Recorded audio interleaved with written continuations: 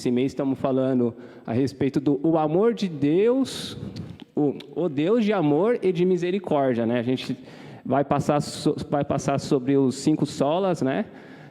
Estamos comemorando 504 anos da Reforma Protestante e hoje eu vou falar um pouquinho do sola gratia, né? Somente a graça. O pastor deu uma introdução semana passada e muito boa a introdução do pastor. Eu vou tocar em alguns pontos que o pastor falou também semana passada.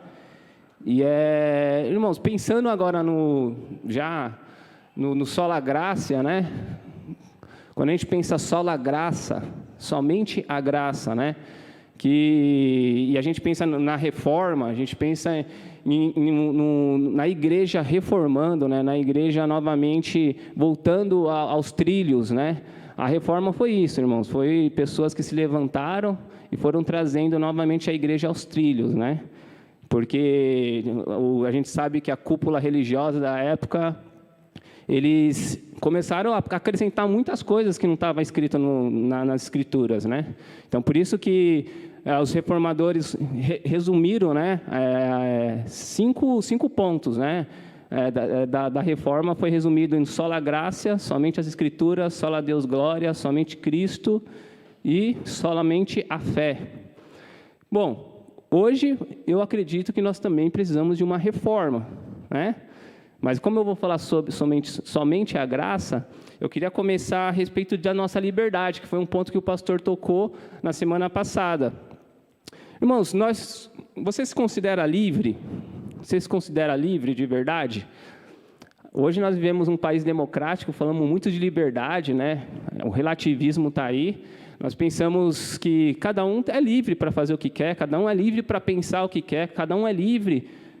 Cada um tem a sua vida, cada um é dono do seu nariz.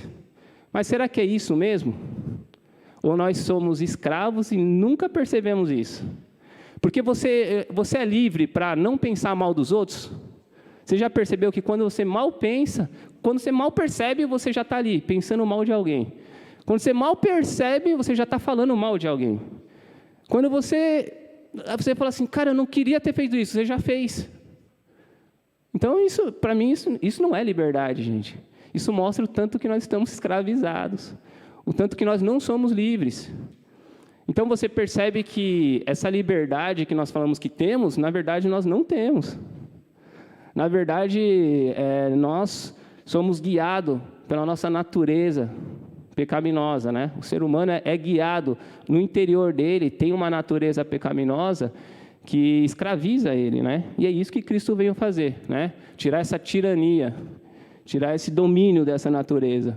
Ele veio realmente fazer com que nós sejamos livres, né? E eu queria começar por esse ponto, que eu queria abrir aqui a Bíblia, em João, capítulo 8, a conversa de Jesus com os fariseus.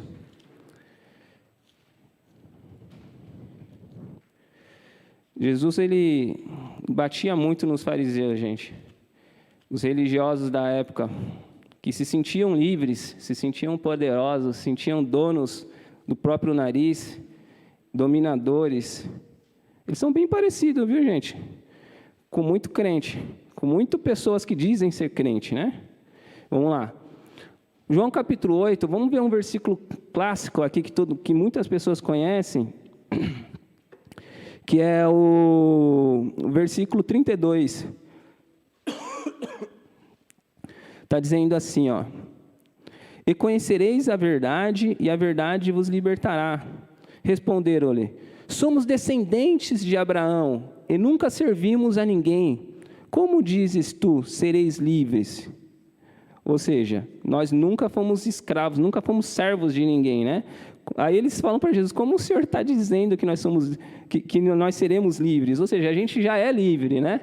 Somos descendentes de Abraão. Respondeu Jesus: em verdade vos digo, que todo aquele que comete pecado é servo do pecado. Pronto. Todo aquele que comete pecado é escravo do pecado. E você acha que eles não eram pecadores? Então Jesus falou: vocês não são livres. A liberdade que vocês acham que vocês têm, vocês não têm. Então, isso daí é para realmente as Escrituras vêm e humilham a gente. Cara, você não é bom, eu não sou bom, você não é livre. Você faz um monte de besteira, eu faço um monte de besteira, diariamente. Ah, mas agora a gente está em Cristo. Tá, você está em Cristo, mas você já percebeu quando você menos espera, você está cobiçando a mulher de alguém, você está pensando coisa errada, você está fazendo coisa errada, você está olhando para coisas erradas. Você já percebeu? Quando você menos espera, você está mentindo. Aí você fala, aconteceu. Aí, claro, por ter o Espírito Santo, ele vem, traz você ao arrependimento, traz você novamente, mas isso é um testemunho que nós não somos livres. E aí eles vão e continuam aqui, ó. No 35 ele fala assim, ora, o servo não fica para sempre em casa, o filho fica para sempre. Se, pois, o filho vos libertar, verdadeiramente sereis livres. Aí Jesus já fala para eles, né? Primeiro Jesus fala, conheça a verdade, e a verdade vai libertar vocês. E qual é a verdade que vai libertar? É Ele. Ele está falando, eu sou a verdade, eu sou o caminho, eu sou a vida. O pastor tocou nesse ponto. E aí ele fala, mas olha, se o Filho vos libertar, aí sim vocês verdadeiramente vão ser livres. Aí vocês vão experimentar o que é liberdade. Mas liberdade de agora fazer a vontade de Deus. Tá? A liberdade que está no amor de Deus, ou seja, nós somos libertos da escravidão, daquilo que nos domina, para quê? Para agora a gente ir para a liberdade do amor de Deus, para a liberdade de fazer a vontade de Deus. Ou seja, nós antigamente não tínhamos esse poder, essa liberdade de fazer a vontade de Deus. Agora, a mentira que dominava o nosso coração, agora nós subjugamos essa mentira e agora nós somos livres, pelo poder do Espírito Santo, a não mentir mais. Então, essa liberdade que a Bíblia diz que Cristo, se o Filho vos libertar, verdadeiramente sereis livres, quer dizer que agora Ele te dá poder, através do Espírito, para subjugar a sua natureza e agora sair da tirania, da escravidão. Então, isso, bom, agora nós já vimos as nossas condições, né? Por que eu estou falando a respeito também de liberdade? Porque hoje, quando a gente pensa em graça, gente, primeira coisa, a gente precisa olhar no espelho. Nós nunca entenderemos a graça se não entendemos as nossas condições. Qual é a condição do ser humano? Porque a medida que nós geralmente fazemos, né, e a nossa sociedade faz, é o quê? Eu meço a minha condição com a da Sueli. Então, logo, se a Sueli, estou pegando só um exemplo, tá, gente? Se a Sueli faz coisas erradas, logo, eu sou bom, porque eu não faço o que ela faz. Então, essa é a medida do ser humano e da sociedade. Se a pessoa é gente boa, é uma pessoa que agrada as pessoas, que dá as cestas básicas, que ajuda os pobres, que sai à noite para socorrer os aflitos, que socorre, que faz caridades, que monta escolas para as crianças carentes, essa pessoa, cara, se ela não entrar no céu, eu puxo ela, porque ela vai para o céu. Só que não. Ela não vai, gente. Esse daí não é o caminho da graça de Deus. Isso é fruto, isso deveria ser o fruto daquele que se encontrou com a graça de Deus, mas não é o caminho o qual vai te levar no céu. Então nós sempre medimos, nós fazemos essa medida com outro ser humano. A questão que o julgamento de Deus vai ser, a medida do Senhor é o varão aprovado por Deus, é Cristo. Então imagina aí, para vocês entenderem, Deus fazendo um julgamento. Deus não vai te julgar de acordo com que se você foi melhor do que a Sueli, mas Deus vai te julgar de acordo com o padrão de Cristo. Você consegue seguir o padrão de Cristo? O varão medida de Deus é Cristo. Então ninguém vai ser justificado pelo que faz. Ninguém vai ser justificado pelo que faz, porque ninguém alcança o padrão de Deus, da santidade de Deus. Ninguém. Por isso que Deus teve que mandar o Filho dele. Porque se nós tivéssemos alguma maneira, alguma forma, algum jeitinho de agradar a Deus a ponto de merecer o céu, então Deus está muito, eu não vou falar aqui, mas Deus está muito errado de ter mandado o Filho dele, porque não precisaria. Cristo morreu em vão. Para que mandar? Cristo então não precisaria morrer. Cristo só mostraria a forma com que nós deveríamos viver, que é isso que ele mostrou quando ele andou aqui na terra. E aí chegasse na hora de morrer, Deus arrebatava ele, como arrebatou Elias. Arrebatava ele, não deixava ele morrer. Só que não, ele precisou morrer. pelos nossos pecados. Então não tem como, mesmo nós seguimos uns padrões certinhos, corretos, pelas nossas condições, alcançar o céu, não tem como.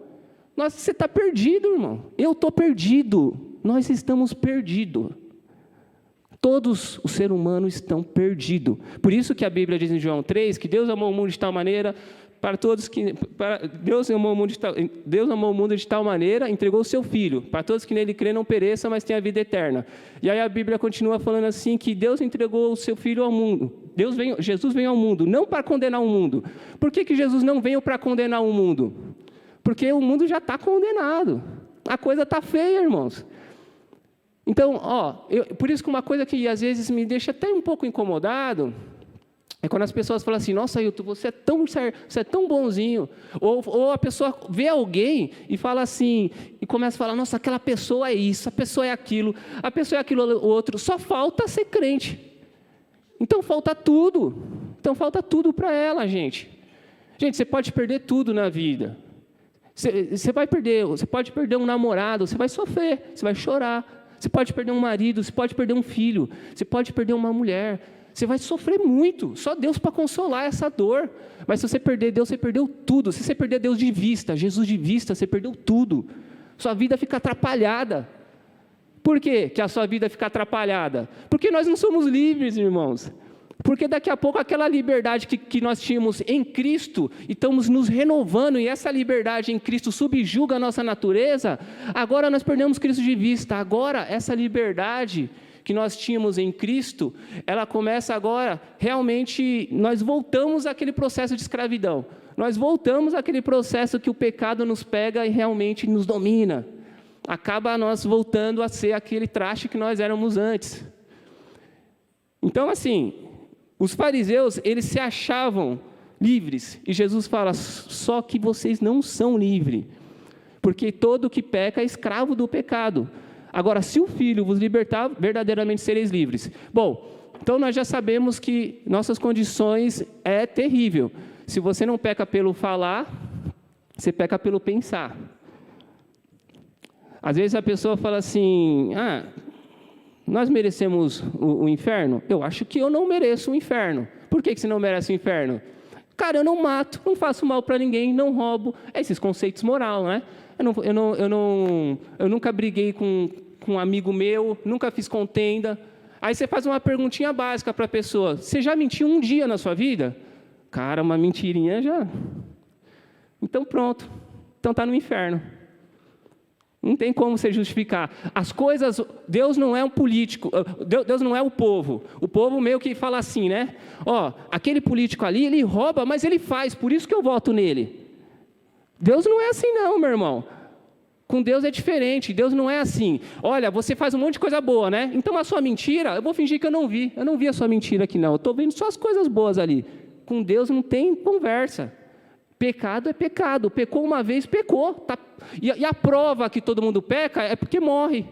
O Clebinho falou na quarta-feira. A prova que todo mundo peca é porque vocês morrem e eu vou morrer. Porque a Bíblia diz que o salário do pecado é a morte, Romanos 6:23. Ou seja, a recompensa de quem peca é a morte, porque Deus avisou isso lá no Éden. Se vocês comerem desse fruto, certamente vocês vão morrer. Então, vamos lá. O antropocentrismo, que ele vem do conceito humanista, ele coloca o ser humano no centro do universo. E ainda que nós falamos assim, não, eu não sou influenciado por essa filosofia. Nós somos influenciados. Primeiro, antes disso surgir, já tinha surgido o pecado. E o pecado fez nós sermos egocêntricos. O pecado fez o ser humano ser autônomo. Eu não preciso de Deus, eu sou dono do meu nariz. É isso que o pecado fez com a gente. Mas essa filosofia está impregnada na nossa sociedade, irmão. A filosofia do humanismo.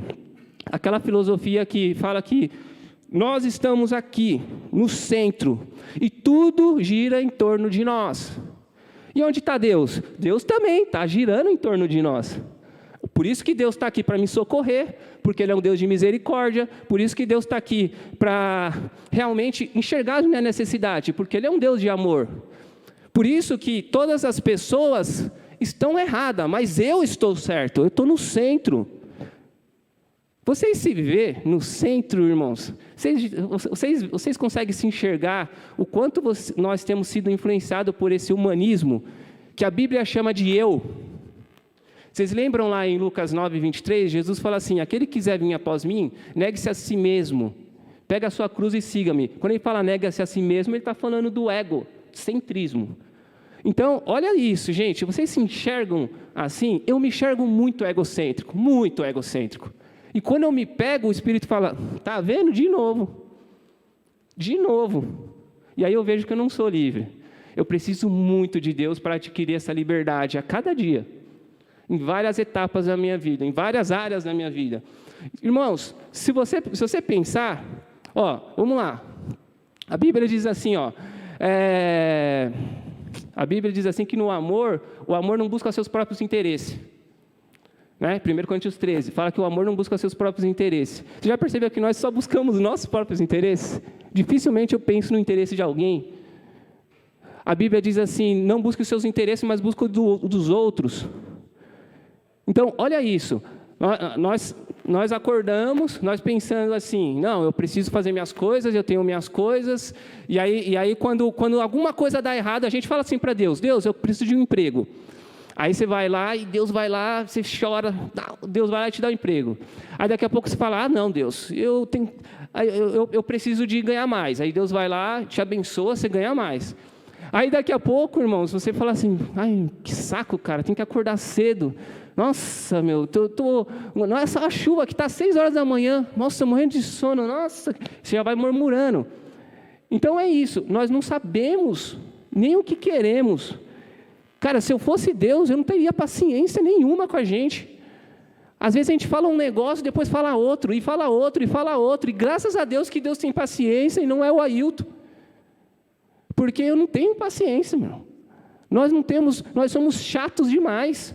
Então nós somos egocêntricos, nós pensamos em nós e achamos que Deus é o nosso mordomo, achamos que todo mundo está aqui para nos servir, meu filho, minha mulher. Sabe o que acontece? A sociedade hoje está impregnada com o humanismo, que o ser humano lá nas redes sociais, o ser humano tem que ser o centro das atenções. Por isso que as fotos têm que ser tudo assim, ó. Por quê? Ele tem que ser o centro das atenções. Eu não tenho nada quem tira a foto assim. Só que, meu irmão, a coisa está muito feia. Você olha nas internets, por que o camarada quer falar? Porque ele quer chamar atenção. Por que aquelas roupas estão apertadas? Porque ela quer chamar atenção. Não, mas não é porque é a moda. Não é a moda. É sustento do seu eu mesmo. É o sustento do nosso ego. Nós queremos chamar a atenção de todo mundo. Nós queremos ser o centro das atenções. Na bancada, quando eu era jovem, gente, eu queria ser o centro das atenções, cara. Eu jogava bola e queria ser o centro das atenções. Eu tenho que ser o melhor. Tudo eu tenho que ser o melhor. Esses somos nós. Eu quero ser o centro. Por que o casal se casou hoje e amanhã já está pensando em separar? Porque os dois querem ser o centro. Não tem esse negócio de um se preocupar com o interesse do outro e o outro se preocupar com o interesse do outro. Imagine se eu me preocupasse com o interesse da Sueli e a Sueli se preocupasse com o interesse de mim. Sabe que a Bíblia está resumindo? Todo mundo tem que ser servo um dos outros. Imagine se nós fôssemos servos, todos nós fôssemos servos um dos outros, como teria um mundo melhor. Então, assim, quando nós pensamos em egocentrismo, nós nos vemos. Quando nós pensamos no humanismo, nós nos vemos. Porque é isso está impregnado dentro de nós, ainda que nós não perceba e não veja assim tão explícito, quando você vai ler nas escrituras você fala, eu sou egocêntrico. Ah, mas eu sou egocêntrico. Muito egocêntrico. Eu penso, eu não quero saber do que Deus fala de namoro, eu namoro do meu jeito. Isso é egocentrismo. Eu não quero saber o que Deus fala de finança, eu trato a finança do meu jeito. Isso é egocentrismo. Eu não quero saber do conselho do irmão, porque eu sei sobre minha vida. Isso é egocentrismo. É que você sabe de tudo. Vamos lá, irmãos. Eu vou chegar lá na graça, tá?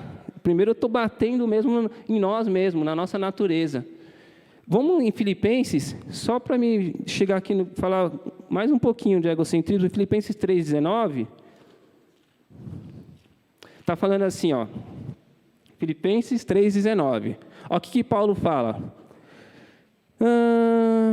Vamos no 18, que acho que vocês vão entender um pouquinho melhor. Paulo está falando aqui, irmãos, dos falsos, dos cães e dos maus obreiros, né? Era a galera que queria aniquilar a graça, queria cobrir a graça colocando o peso da incircuncisão, né? Colocando o mérito da circuncisão. Então, os judeus achavam que tinha que se circuncidar, não adiantava somente o sacrifício de Cristo para ser salvo, precisava de mais alguma coisa.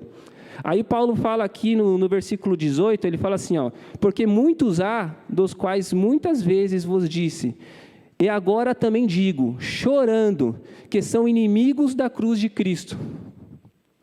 Esses caras, tá? Que Paulo está falando, esses caras que querem colocar a circuncisão no meio da comunidade. Cujo fim é a perdição, cujo Deus é o ventre. O Deus deles é o ventre. Aí ele fala assim, ó, e cuja glória é para a confusão deles, que só pensam nas coisas terrenas. Será que essa coisa é parecida com a gente? A gente só pensa em coisas terrenas, irmão. É muito parecido com nós. É que nós achamos que, só porque nós viemos para Cristo, eu creio em Cristo, estou indo numa igreja, eu não sou essas coisas não. Pior que é. Nós pensamos muito em coisas terrenas. A Bíblia diz aqui desses caras, que está colocando coisas a mais para ser salvo, que eles são cãos. Paulo chama ele de cãos, Paulo chama ele de maus obreiros, e Paulo fala que o Deus dele é o ventre deles. Ou seja, eles não têm como parâmetro o nosso Senhor. Eles têm como parâmetro o Deus deles, que é o ventre, que é o seu eu, que é a sua própria natureza dominando. E a Bíblia diz que se o Filho vos libertar, verdadeiramente sereis livres, cara. O Evangelho não é uma brincadeira de a gente nos reunir e falar assim, que bacana, né? Mó legal viver em comunidade, em amizade, em irmandade. O Evangelho é uma transformação de natureza e de vida. É uma transformação de natureza. Por isso que eu sempre falo que o Evangelho, ele não é bons comportamentos. Eu sempre falo isso. Evangelho não é bons comportamentos. E o problema é que nós fazemos uma confusão disso. Porque bons comportamentos, até uma boa educação traz. Até uma boa educação traz. E uma religião traz bons comportamentos. Mas o Evangelho é uma mudança de natureza. E aí, natureza, nenhum ser humano pode mudar. Só Deus.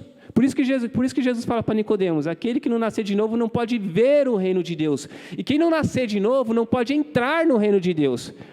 Isso não tem a ver com comportamento. Agora, quem nasceu de novo, claro que realmente gera frutos de bons comportamentos. Mas o Evangelho, ele não vem os bons comportamentos primeiro. Ele vem realmente a natureza mudada.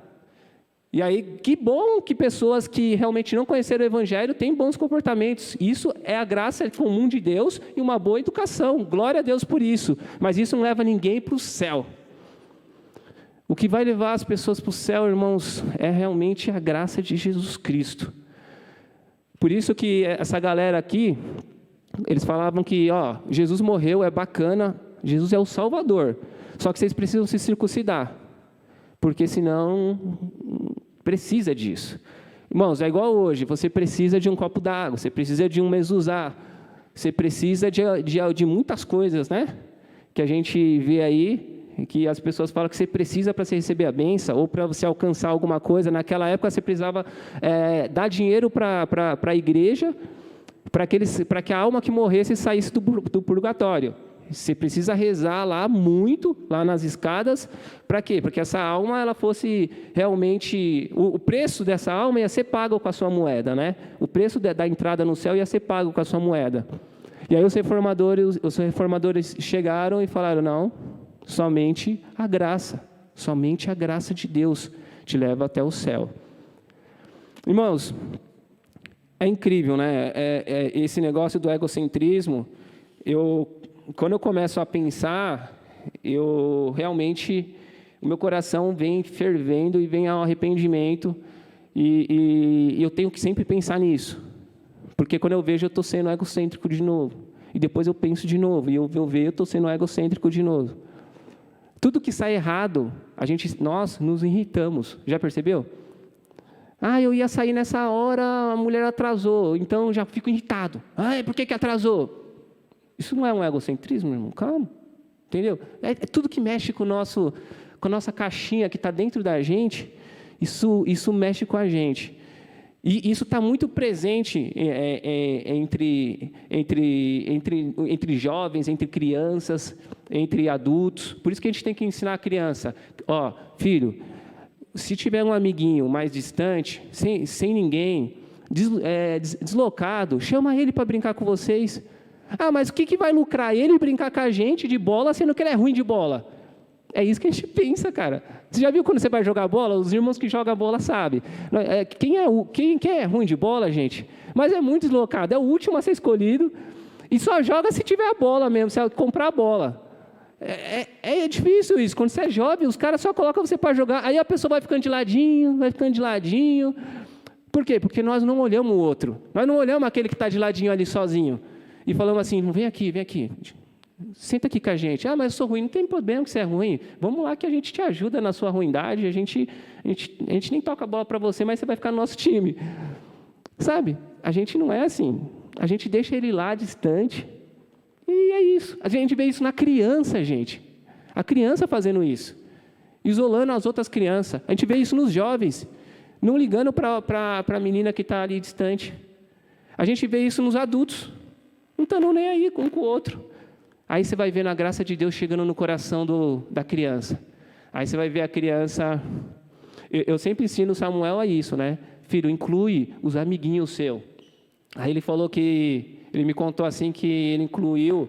Que ele chegou na escola, sabe que em pandemia a escola está bem vazia, né? Aí tinha uns amigos dele, que Samuel conhece muita galera lá. Aí conheceu, tá lá com a galera dele, aí ele falou que ele viu um amiguinho dele que já estudou lá atrás, sozinho lá. O menino sozinho. Aí ele foi lá, chamou, falou assim, fica aqui com a gente. Aí agora todo mundo é amiguinho do menininho. Aí ele falou assim que, foi essa semana, ele falou assim que um menino mandou uma mensagem para ele, assim, de vídeo, e uma mensagem muito bonita, assim, com uma música, né, do melhor amigo e tal. Aí ele falou que... Aí ele mostrou para mim essa mensagem, aí ele falou assim, pai, eu até chorei por essa mensagem. Esse menino é aquele menino que ficava isolado, que eu falei para ele ficar com a gente. Aí você ensina, a graça de Deus chega na criança, você vai ensinando, a criança inclui. Isso vai ensinando a criança a não ser egocêntrica, não pensar só nela, ligar para alguém. Você vai ensinando o jovem, você vai ensinando o adulto. A graça de Deus chega, a pessoa agora começa a fazer churrasco não só para os amigos, mas para aqueles que também estão mais distantes. Então, você percebe que o egocentrismo está presente em nossos corações, irmão? E quando eu vejo assim, às vezes eu vejo uns irmãos cheios da graça, aí eu falo, cara, porque quando você vê graça, você consegue ver o contraste, né? A graça do egocentrismo. Aí eu olho e falo assim, cara, como eu sou egocêntrico, cara. Olha o que o irmão está fazendo e olha o que eu estou fazendo. Deus me ajuda. Aí eu preciso olhar, ler, orar, pedir perdão, pedir ajuda e graça de Deus, para que essa graça, que o Filho, ele venha e me liberte, e me deixe livre, para que eu enxergue o outro. A nossa liberdade é para sempre enxergar o outro. Bom, vamos continuar, não se canse não. Eu sou igual o pastor, eu falo assim, estou terminando, e você viu que o pastor nunca termina, né? Bom, vocês conhecem bastante a história... Vocês conhecem a história de Jó. Não tô com corona não, viu, gente? Estou tossindo mesmo porque tomei friagem. Vocês conhecem a história de Jó, né? A Bíblia diz que Jó era um homem reto, temente a Deus, se desviava do mal. Deus deu testemunho dele, Deus falou a respeito dele. Falou, tem visto meu servo Jó, Satanás? Um homem reto, temente a Deus, se desvia do mal. E aí, cara, você vê essa conversa de Deus, tal, Deus dialogando ali, falando com Satanás. A gente sabe da história, Satanás toca em tudo que Jó tinha, nos filhos, nos gados, tal. E aí você vai ver, gente, que Deus não foi Satanás não incitou a Deus a chegar lá e tocar nas coisas de Jó, no sentido de, eu quero ver se você faz o meu servo sofrer, e ele sofrendo, eu quero ver se ele me blasfêmia. Deus não foi nesse sentido a questão de Deus. A questão de Deus foi muito mais profunda, e aí você vai, no decorrer do livro, você vai entender. Deus, ele queria tirar do coração de Jó a justiça própria. Deus ele queria tirar do coração de Jó. Jó era realmente um homem bacana. Jó ele sacrificava. Antes dos filhos pecar, ele já sacrificava pelos filhos. É mais ou menos assim, vocês pedir perdão muito antes de vocês pecar. Então, vocês ficam assim, Deus, eu te peço perdão pelos pecados dos meus filhos de amanhã.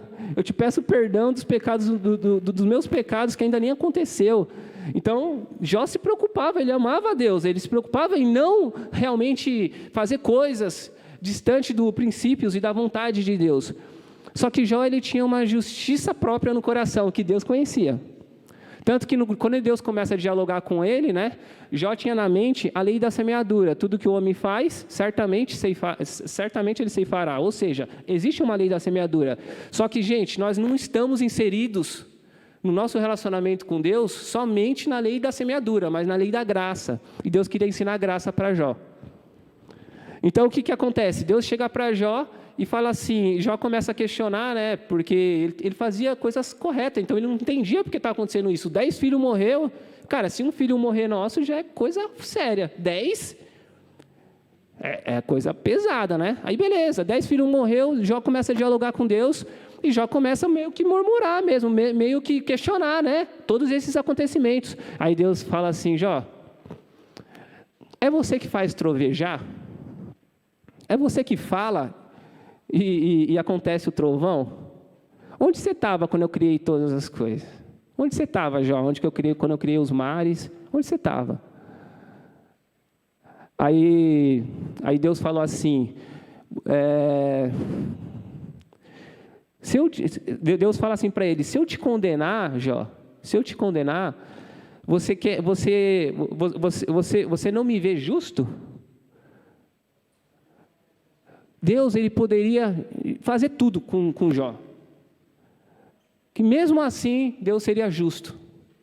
E Deus vai trabalhando. Deus leva Jó no redemoinho. Deus vai trabalhando nesse diálogo. Deus vai trabalhando com Jó. Jó caiu a ficha. Aí Jó fala assim, lá no capítulo 42, no versículo 5 e 6, Jó fala assim, eu ouvi e ouvi com meus ouvidos. Mas agora os meus olhos vê. Por isso eu me abomino e me arrependo no pó e na cinza. Essa palavra abomino, irmãos, tem muito a ver no Antigo Testamento com ídolo. Jó caiu a ficha dele. O que eu pensava sobre Deus é diferente. O meu relacionamento com Deus não pode ser da maneira que eu pensava. Agora eu vejo. É por graça. E aí, quando Jó entende isso, Deus vai e restitui tudo, chama a galerinha dos amigos dele que apontava o dedo para ele e falava, você está em pecado. Tem crente assim, falando, você está em pecado, porque é o que você está passando. Você está aí, sabe por que é isso? Sabe isso? A gente quer encontrar resposta, é bonitinho nós, né? Queremos encontrar respostas para a vida. Então, a gente quer não só encontrar respostas para a vida, mas nós queremos realmente explicar tudo o que acontece em nossas vidas. E você sabe como nós ficamos? Lelé. Doidinhos, falando um monte de besteira. Tenta ficar explicando a sua vida. Tenta pegar um guru para ficar explicando a sua vida. Para ficar dando dicas do que está acontecendo e por que está acontecendo. Eu acho que está acontecendo isso por causa disso. Agora, mas e agora? Agora mudou um pouquinho minha vida. Então eu acho que já sei. É porque você não está lendo a Bíblia 3 vezes como você lia. Então eu já sei, é por causa disso. Tenta fazer isso. O nosso relacionamento com Deus não é assim, gente. O relacionamento que Jesus nos chamou é um relacionamento de liberdade, é um relacionamento de amor entre nós a Deus e Deus a nós. Por isso que a Bíblia diz que o amor de Cristo nos constrange.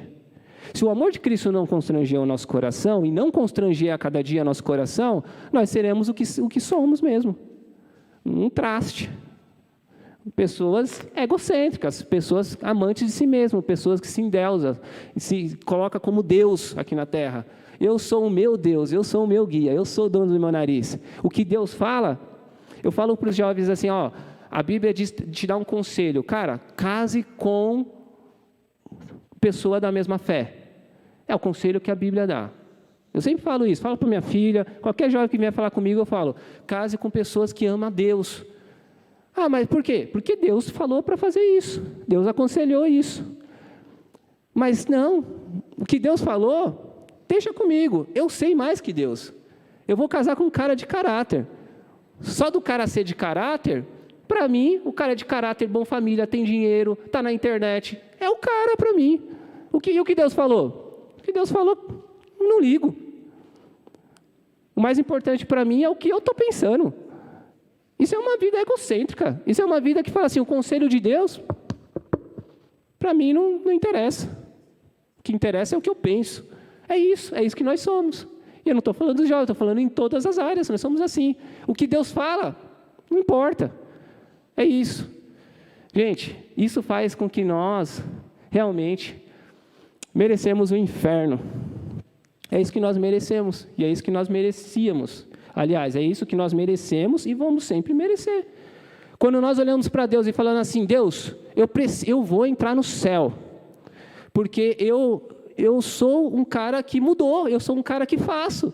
Gente, é uma pergunta tão básica que eu faço, sempre faço, e eu vejo que as pessoas têm muita dificuldade de responder. Elas não conseguem responder. Elas respondem sempre tudo errado. Cada um vem com uma conversinha e não chega no foco, num ponto. Eu falo assim, cara, se você morresse hoje, você entraria no céu? A pessoa não consegue falar, eu entraria. Pronto, ela não consegue falar isso. Por que você acha que as pessoas não conseguem falar isso? E aí se ela falar eu entraria, eu pergunto assim, tá bom, você entraria, né? Por que você entraria? Ela não consegue simplesmente falar assim, porque Cristo morreu pelos meus pecados. Ela não consegue falar isso. Primeiro, ela já tem dúvida se entrava. Segundo, ela já tem dúvida. Essa questão de Cristo morrer pelos pecados dela é suficiente. Ela já tem dúvida. Então, ela já fala assim, bom, eu não entraria. Eu não sei. Por que você não sabe? Eu não sei porque... Porque, eu não estou indo para o culto como eu ia antigamente. Ou porque eu não estou lendo a Bíblia. Ou porque eu fiz alguma coisa errada. Claro, gente, claro que aquele que está na graça de Deus, ele se torna livre. Aquele que busca o Senhor, ele vai se tornando livre. O que isso significa? Que aquele que realmente foi inserido e teve um novo nascimento e nasceu, a natureza dele agora nasceu para Deus, agora ele começa a realmente se preocupar com tudo isso que eu estou falando, com os conselhos de Deus.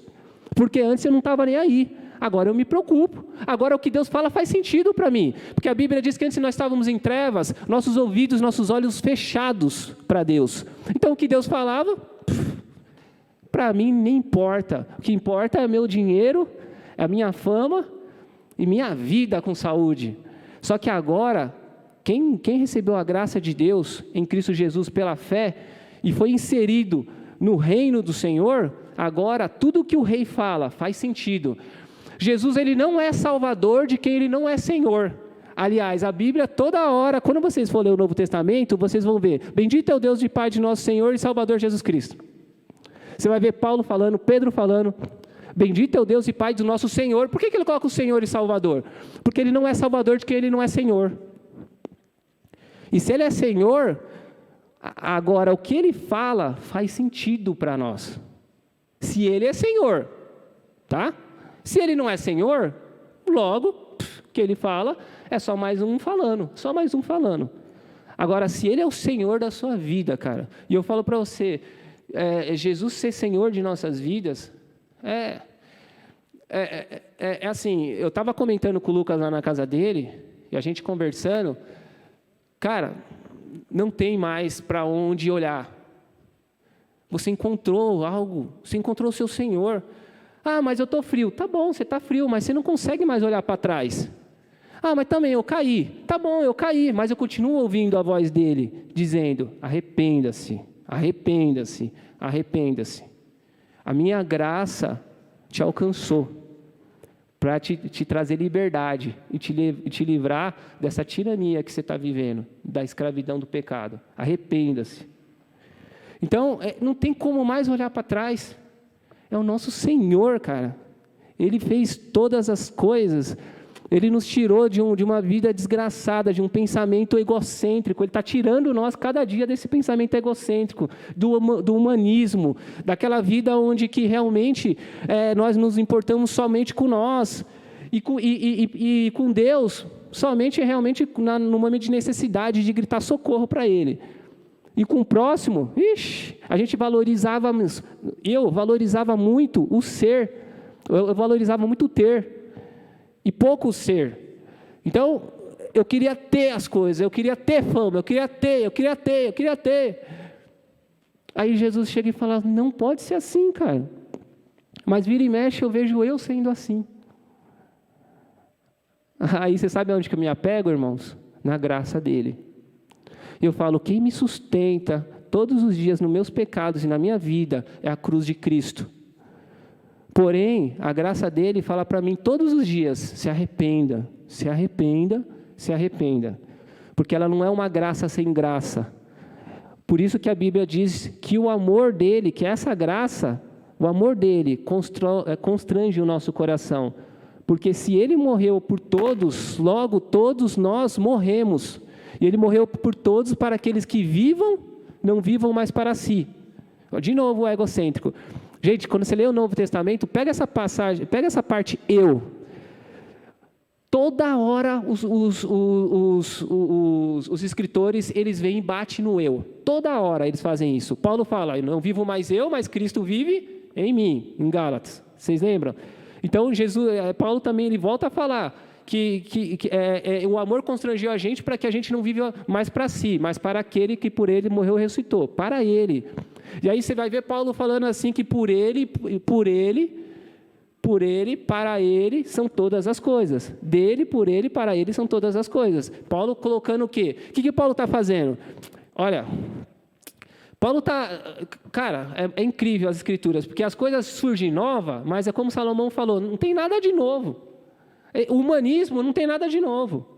O humanismo ele está impregnado na nossa sociedade. Eu queria que vocês enxergassem o quanto isso nos influencia. E quanto o pecado está dentro de nós nos torna egocêntrico. E quanto isso tem nos influenciado na internet, na televisão, enfim. Só que, olha o que as escrituras fazem. As escrituras fazem assim, você vai sair do centro, você entendeu? Você não é nada, você vai sair do centro. Quem vai ficar aqui? É Jesus. Porque a Bíblia, aí Paulo vem falando assim, que em Jesus, Deus está agora em Jesus, fazendo converger todas as coisas. Tudo tem que agora rodar em torno de Cristo. Paulo traz a centralidade do nosso Senhor na nossa vida. Ele vai fazer isso o tempo todo. A Bíblia vai fazer isso o tempo todo, trazendo a centralidade do nosso Senhor. Gente, quando a gente fala assim, a respeito das nossas condições, logo eu penso assim, o inferno, se Deus é amor, por que Deus fez o inferno? E muitos seres humanos vão para o inferno. E o inferno vai ser lançado no lago de fogo, como a Bíblia diz. Primeiro, a Bíblia diz que o inferno foi feito para o diabo e seus anjos. Não foi feito para vocês. Mas a Bíblia diz que quem não estiver escrito no livro da vida é o caminho. Ou seja, por isso que assim, a gente logo pensa, como um Deus de amor e misericórdia, porque o que é misericórdia, irmãos? Primeiro, vamos falar de misericórdia agora. O que é misericórdia? A misericórdia é aquilo que Deus não fez que nós merecíamos. Quando o ser humano peca, o ser humano é folgado demais, gente. Adão pecou, você viu o que Adão falou com Deus? Vocês já viram Gênesis? Gênesis, o que Adão fala com Deus? Deus chega para Adão e fala assim, onde tu estás, Adão? Adão fala assim, eu me escondi, que eu estava com medo, estava nu, tal. Adão se escondeu, né? O pecado já faz isso, já se esconde. É isso é característico nosso, né? Aí, beleza. Aí Deus chega e fala assim para Adão, você comeu do fruto que eu falei para você não comer? Aí Adão chega e fala assim, a mulher que tu me deste. Como o ser humano é folgado. A mulher que tu me deste, tipo, não foi culpa minha, a responsabilidade não é minha, é sua. Ele está falando para Deus, a culpa é sua, me deu essa mulher aí, eu estava sozinho, eu e você, sozinho, tranquilinho, você me deu essa mulher, a mulher que tu me deste. Aí você fala assim, não, mas a mulher vai melhorar a coisa, porque são seres humanos diferentes, né, homem e mulher, né, tal, a mulher vai melhorar a coisa. Aí Deus pergunta para a mulher, e você? Aí a mulher fala, foi a serpente. É igualzinho, irmãos. Nós somos terríveis, nós merecemos mesmo essa questão do juízo. Nós merecemos, e ninguém vai se safar disso. A gente acha que alguma coisinha legal que a gente está fazendo vai safar a gente do juízo de Deus. Não vai. A Bíblia diz que realmente Jesus fala assim: apartai de mim, maldito, para o fogo eterno, preparado para o diabo e seus anjos, porque tive fome e não me deste de comer, tive sede e não me deste de beber, estava nu e não me vestisse, olha, estive na prisão e você não foste me ver. O que ele está falando? De uma vida egocêntrica. Ele está falando assim: você está falando Senhor, Senhor, mas quando eu tive fome, você não me deste de comer. Ou seja, eu nunca fui Senhor da sua vida, você nunca ouviu a minha voz. Se você tivesse ouvido a minha voz, você me obedeceria. A Bíblia, ele fala assim: as minhas ovelhas ouvem a minha voz. Você lembra aquele louvor que fala, que é João 14? Aquele que tem meus mandamentos e os guarda, este é o que me ama. E às vezes a gente faz assim: ai, te amo pelo ouvir, te amo pelo... É lindo cantar. É lindo cantar, mas o que as Escrituras diz que quem ama Ele é aquele que guarda os meus mandamentos, é aquele que me ama. Então, agora, a questão não é legalista, tá? A questão não é falar assim: qual que é o mandamento? Vamos guardar. A questão não é legalista, a questão é o seguinte: aquele que me ama, ele tem um relacionamento comigo e o meu amor torna ele livre. E quando o meu amor torna ele livre, agora faz todo sentido ele amar uns aos outros. O amor de Cristo constrange nós a servir a Ele. Não é nós, com as nossas forças, que vamos lá ver o que Ele faz. Porque a gente vai até conseguir por um pouco tempo. Depois você vai ver que você vai voltar a ser o traste que era antes. É isso. Agora vamos para a graça, né? Eu já detonei nós. Vamos para a graça. Vamos lá, gente. Glória a Deus pela graça, né? Glória a Deus. E aí, se a misericórdia é o que Deus não fez, não fez o que merecíamos, a graça é o contrário. É aquilo que Deus fez, o que nós não merecíamos. É o que Deus fez. Romanos 5:8, né? O pastor comentou que Deus prova o amor para conosco quando Ele entrega Jesus Cristo para morrer por nós. Então, às vezes eu já vi um monte de gente falando assim: prova o seu amor, Deus. Prova seu amor. Faz prova com Deus. Faz prova. Que bonitinho isso, né, irmão? Que bonitinho. Faz prova com Deus. Prova seu amor. Deus não tem mais nada do que provar, não. A última palavra em Hebreus 1 fala que Ele deu por Jesus Cristo. É os últimos dias. Está aí. A última palavra é por Jesus Cristo. Jesus morreu por nós, cara. Jesus morreu para agora você ser um pouquinho mais sábio e eu ser um pouquinho mais sábio e casar com uma pessoa da mesma fé. Jesus morreu para que nós sejamos um pouquinho mais sábios e comece a olhar aquilo que nós não olhava. Nós não olhávamos o outro, nós olhávamos nós. Jesus morreu para que nós sejamos um pouquinho mais sábios e agora nós conseguimos perdoar. Por quê? Porque o que tem a ver o perdão? Porque o perdão faz mal para você. Não é Deus que precisa que você perdoe. Na verdade, o perdão faz mal para você. Gente, nós precisamos acreditar, e aí vai para o Sola Fide, eu acho que esse sistema está muito correlacionado. Nós precisamos acreditar de verdade que os conselhos de Deus é bênção para a nossa vida, e nós não acreditamos nisso. Nós não acreditamos que perdoar, isso não é um bem que a gente faz para a pessoa, é um bem que a gente faz para a gente. Por a gente não acreditar nisso, a gente deixa que, né, a raiva e o egocentrismo continue. Vamos lá, vamos enfrentar a vida. E aí a gente vai fazendo tudo da nossa maneira. Sabe o que acontece? É doença, é sofrimento, é lágrima, é choro. É terrível. Aí claro que nós não estamos aqui para julgar ninguém, só que aí você vai lá e fala: cara, vamos orar. O caminho que Deus fala é esse. Não quero ouvir, nem vem ouvir. Então estou indo embora. Você não quer ouvir o que Deus está falando? Então estou indo embora. Não tem outro caminho, irmãos. Não tem outro caminho. Olha, vamos lá que eu agora acabei. Eu não sou igual o pastor. Efésios 2. Então, pastor, estou falando mal do pastor. Ele acha que ele está assistindo. Aí nada, pastor. Quando o pastor prega, dá vontade de continuar ouvindo, né? A Valquíria sempre fala: nossa, dá vontade de ficar ouvindo. Dá vontade que ele não pare mesmo. É uma bênção. Glória a Deus. Efésios, no capítulo 2.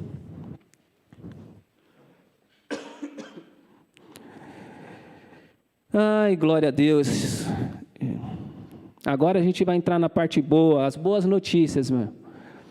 Bom, já que nós conseguimos enxergar que nós somos egocêntricos, né? Nós somos humanistas mesmo, nós temos esses conceitos muito impregnados na nossa natureza, nós somos escravos do pecado, nós não merecíamos o céu, o inferno está aí, preparado para os diabos e os anjos, mas todas as pessoas que realmente não está escrito no livro da vida vai para esse lugar. Já que nós vimos tudo isso, inclusive Martinho Lutero, eu lembrei que o Martinho Lutero ele falava, sabe o que, irmão? Você sabe que o Martinho Lutero foi um reformador, né? Um cara que amava a Deus desesperadamente, não entendia muito a respeito da graça pela fé, e aí quando ele lê o livro de Romanos, ele vai e realmente libera o coração, ele se torna livre, né? E ele começa a entender, tanto que ele traduz as escrituras.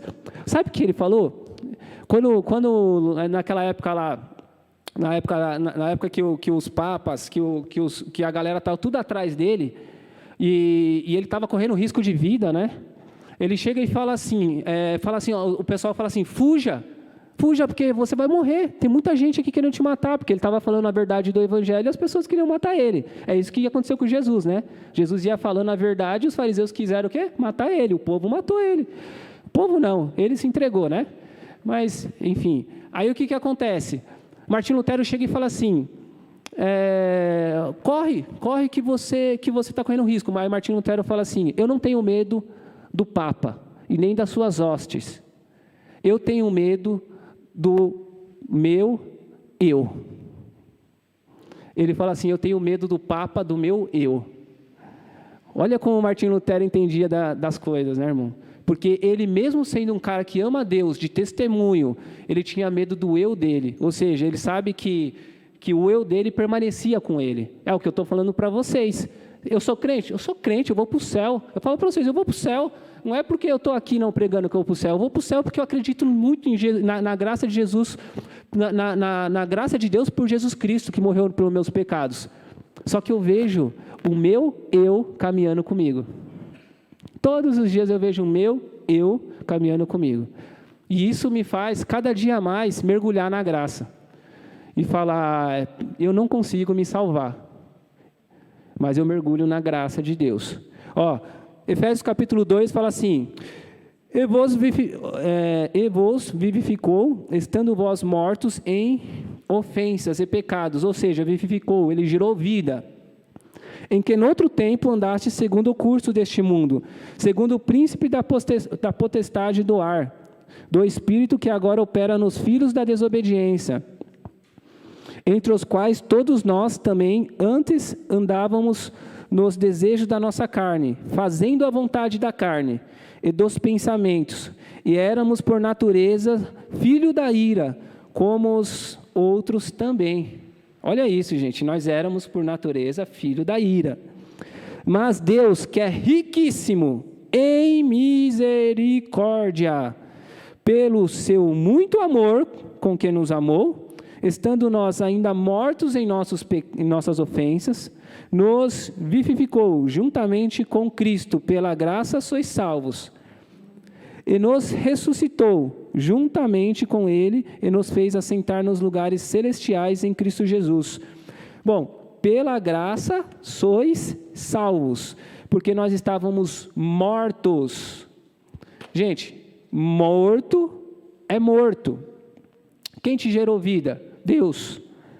Por isso que a Bíblia diz do novo nascimento. Ninguém pode ver o reino de Deus se não nascer de novo. Por que isso? Porque nós estávamos mortos. Deus fez você nascer, cara, de novo. Então nós andávamos por caminhos que desagradam a Deus, de desobediência. Nós éramos filhos da ira de Deus, nós éramos filhos da ira, nós éramos filhos da desobediência. Então isso é graça. Você não conseguiu obedecer a Deus, você não chegou até Deus, Ele foi de encontro a você, e Ele foi de encontro a você com uma mensagem das boas novas. O meu filho, o verbo encarnado, é o alfa, o ômega, o princípio e o fim. Todas as profecias do Antigo Testamento se cumpriu em Cristo Jesus. Todas as profecias do Antigo Testamento, irmãos. elas apontavam para a vinda de Cristo, para a primeira vinda e para a segunda vinda. E se você quiser ler as Escrituras, usa Cristo como a sua chave hermenêutica. Você vai ver lá em Gênesis, quando Adão peca, o que Adão faz? Adão e Eva vai lá, pega as folhas de figueira, né, e coloca. Em Gênesis 3, ele coloca as folhas de figueira, porque eles se viam nu. Aí você vai ver em Gênesis 21, depois que Deus dá os juízos para eles, a Bíblia diz que Deus vai e coloca novas vestes deles de pele. Deus mata um animal e veste. Ali estava apontando para a justiça de Cristo. Ali está apontando para o próprio Deus agora indo de encontro e vestindo o ser humano. E novamente vindo se relacionar com o ser humano. Deus não muda, quem muda somos nós. Quando Adão pecou, quem que correu? Deus ou Adão? Deus continuou ali, sempre, todos os dias, no jardim, chamando Adão. Ah, não, eu pequei, então Deus acha que não está mais nem me ouvindo. Você que não está conseguindo entender que Deus te ouve. É você que mudou, não é Ele. Aí Adão corre. E aí Deus vem de encontro e fala, onde você está, Adão? Você percebe que Deus não mudou? Quem mudou foi o Adão. Você percebe que você tem mudado e eu tenho mudado? No decorrer da vida a gente oscila. A gente parece a bolsa de valores, assim, ó. A gente vai oscilando. A gente oscila, irmãos. A gente vai oscilando. É isso. Às vezes a gente muda. Às vezes a gente se acha cheio de Deus. Estou cheio de Deus. Hoje, se alguém tocar em mim, acho que sai fogo. Eu oro pelo enfermo, hoje eu vou. E tem dia que a gente se sente um miserável. Se um demônio se manifestar, a gente fala, ixi, chama o apóstolo Dimas. Eu estou fora, eu não estou me sentindo preparado, sabe? Não estou me sentindo preparado. Por que esses pensamentos vêm em nossos corações? Porque nós entendemos pouco a graça de Deus. Então a gente acha assim, eu ainda me relaciono com Deus pelo que eu faço, não pelo que Ele fez. O ideal, o certo, era quanto mais tortinho você está, mais você se mergulhasse na graça e na busca a Ele. Porque é Ele que te endireita, não é você que se endireita. Mas o que nós fazemos é o que Adão fez. Começamos a ficar um pouquinho tortinho, começamos a cometer uns pecadinhos escondidos, o irmão da paz, já abaixa a cabeça. Você se esconde, porque você não quer a luz. E a Bíblia diz que as pessoas não vêm para a luz, porque as suas obras são maus. Gente, Deus não está com cajado para chegar e falar assim, você pecou, eu estou visto, viu? Vem, passa aqui. Chilape. Deus não é esse tirano, não. Se Deus tiver te condenar pelo que você está fazendo, se fosse por isso, Ele já tinha te condenado desde quando você nasceu já está condenado. Deus já tinha te fulminado. Então Deus quer te trazer o arrependimento. E a Bíblia diz agora que pela graça nós somos salvos. Graça é um favor, é um dom imerecível, é um presente de Deus. Agora, quando eu te dou um presente, se eu chego e dou um presente para a Stephanie, irmãos, se eu dou um presente para a Stephanie e a Stephanie reconhece a importância desse presente, ela vai gerar uma gratidão no coração dela, que eu vou ser uma outra pessoa para ela. Isso acontece ou não? Irmãos, quando você entende a grandeza desse presente, o que a pessoa está te dando, como foi feito, qual é o carinho, qual é o amor que a pessoa fez. Às vezes a pessoa pegou das economias, às vezes a pessoa escreveu uma coisa lá do fundo do coração dela para representar o amor que sente por você. Na hora que ela te dá, cara, sai lágrimas dos seus olhos e você se sente tão grata que você quer estar com essa pessoa o tempo todo, você quer ouvir ela, você fala, cara, essa pessoa eu amo. Quando nós reconhecemos esse presente que Deus nos deu, que é Jesus Cristo, gera em nossos corações essa gratidão. E aí o nosso relacionamento é por gratidão, e é graça sobre graça. E aí o nosso relacionamento vai ser sempre um relacionamento alicerçado numa palavra. Em uma palavra, amor a Deus pelo que Ele fez por mim. Nós precisamos amar a Deus pelo que Ele fez por nós em Cristo Jesus. Amar a Deus. Agora sim faz sentido obedecê-lo. Porque se eu não amo a Deus, eu não vou obedecê-lo. Aí ele continua o versículo. Pela graça sois salvos. No 8, né? Porque pela graça sois salvos, por meio da fé. Isto não vem de vocês, isso não vem de vós. É dom de Deus, presente de Deus. E por que não vem de vós? Olha isso, gente. Não vem das obras, para que ninguém se glorie. Deus não divide a glória dele com ninguém. Deus é muito bom. Glória a Deus por isso, gente. Glória a Deus por isso. Porque uma coisa que me irrita, eu fico irritado, é quando chega uma pessoa com dinheiro e as pessoas começam a tratar diferente. É quando chega uma pessoa de posição mais alta, a pessoa já não fala mais tanto com você, porque tem que falar com a outra pessoa. Ah, mas é o apóstolo que chegou, Dimas. E daí? Só que você não estava conversando com a Stephanie? E daí que o apóstolo Dimas chegou? Deixa o apóstolo Dimas, dá uma comida para ele e está tudo certo. Estou brincando, Dimas. Só que assim, se você está conversando com a Stephanie, irmão, dá atenção para a Stephanie, não é porque o apóstolo Dimas chegou. Gente, não é nada. Então nós colocamos muito esses graus assim, e aí Deus vai e humilha a gente. Ó, eu que salvo vocês é pela graça, e é por meio da fé. E eu falo para vocês, por que eu faço isso? Não é pelas obras para que ninguém se glorie diante de mim. A minha glória, a majestade, o poder, a honra, é somente a mim. Os meus filhos vão adorar a mim. É só eu que eles vão adorar. É só eu. Eu não divido a minha glória com ninguém. Aí eu acho isso fantástico. Fantástico. Aí depois ele continua falando assim, porque somos feitura sua, criados em Cristo Jesus, para as boas obras, as quais Deus preparou antes, para que andássemos nela. Ou seja, nós somos o quê? Chamados para o quê? Para ser inserido nessa graça e fazermos boas obras. Porque agora quem está em Cristo, nova criatura é. Quem está em Cristo, a graça, ela te traz uma mudança. Não tem jeito, irmão. Não tem jeito. Por isso que a Bíblia ela te traz primeiro arrependimento e a conversão dos seus maus caminhos. Ela te traz uma luz, ela te traz a liberdade e te tira da tirania da escravidão. Nós éramos escravos, guiados por nós mesmos. Ela te tira. Então, olha que maravilhosa graça é essa. Deus, então, nos salva pela graça. Deus nos salva, e Ele nos salva pela graça para que nós só dê glória a Ele. Então, não é pelas obras nenhuma que nós fazemos. Então, se Ele salva nós pela graça, fala que a gente estava morto, que a gente não presta, que a gente é isso, é aquilo. E aí a gente começa a se enxergar.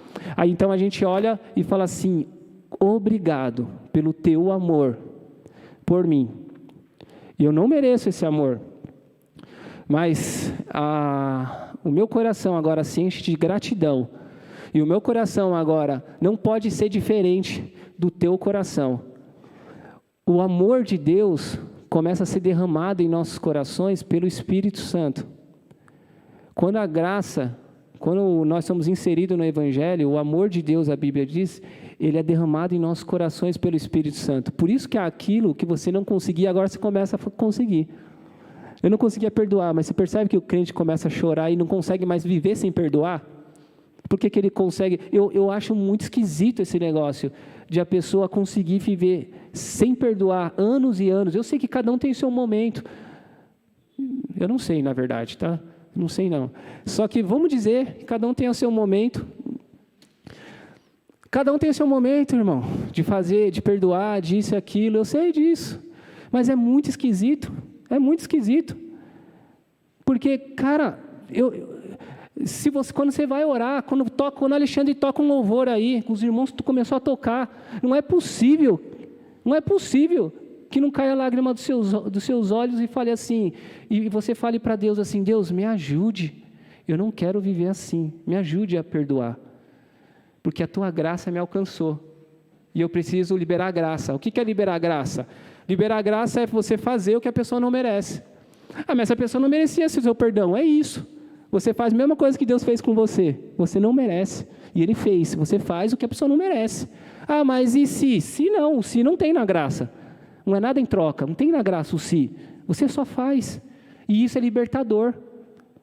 E isso muda o seu pensamento, sua estrutura, sua força. Você fica indestrutível, irmão. Você fica, glória, você sente o poder de Deus, você sente a alegria do Espírito. Glórias a Deus. Glórias a Deus. Vamos orar. Pode ficar de pé, irmãos. Glória a Deus. Glória a Deus.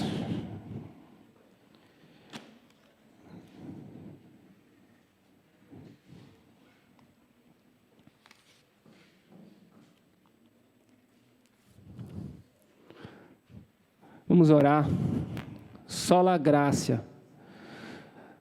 Pergunta é: vocês são salvos?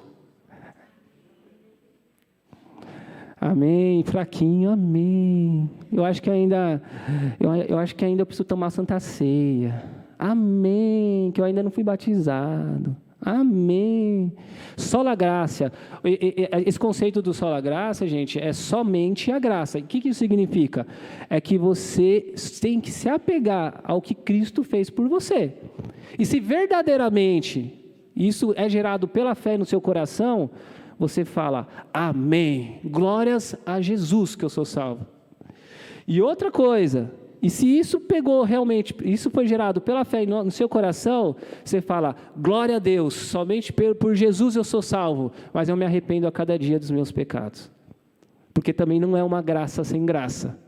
Aquele que acha que a graça é falar que crê em Jesus, somente crê em Jesus, e realmente a vida não muda, essa graça não muda, não tem mudança nenhuma, na verdade, ele é parecido com os fariseus, né? Na verdade, faz aquele rito normal, né?